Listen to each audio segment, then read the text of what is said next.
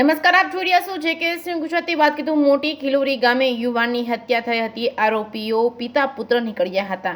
સમગ્ર વાત કીધું માનસિક બીમાર યુવાન પિતા પુત્ર સાથે ઝઘડો કરતો હોય ઝપાઝપીમાં બીજા પુત્રએ ધક્કો માર્યો હતો.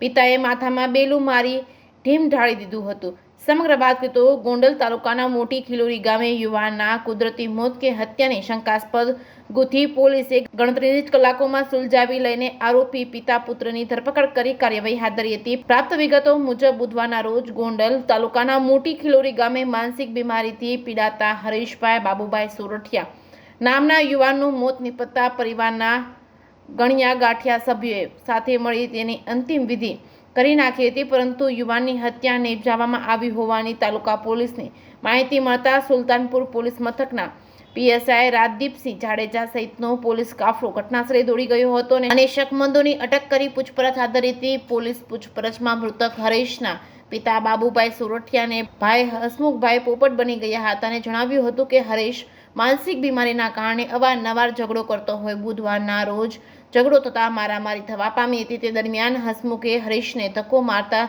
તે નીચે પટકાયો હતો. તે દરમિયાન બાબુભાઈએ બેલાનો ઘા માથામાં મારતા તેનું મોત નીપજ્યું હતું અને હત્યાને કુદરતી મોતમાં નિપજાવી દેવા માટે પરિવારના ગણ્યા ગાંઠિયા સભ્યો એકઠા થઈ અંતિમ વિધિ કરી નાખી હતી. બાદમાં પોલીસે ગણતરીની જ કલાકમાં હત્યાની ગુથી સુલઝાવી લઈ આરોપી પિતા પુત્રની ધરપકડ કરી IPC કલમ 302, 201, 114, 135 મુજબ ગુનો નોંધી વધુ કાર્યવાહી હાથ ધરી હતી.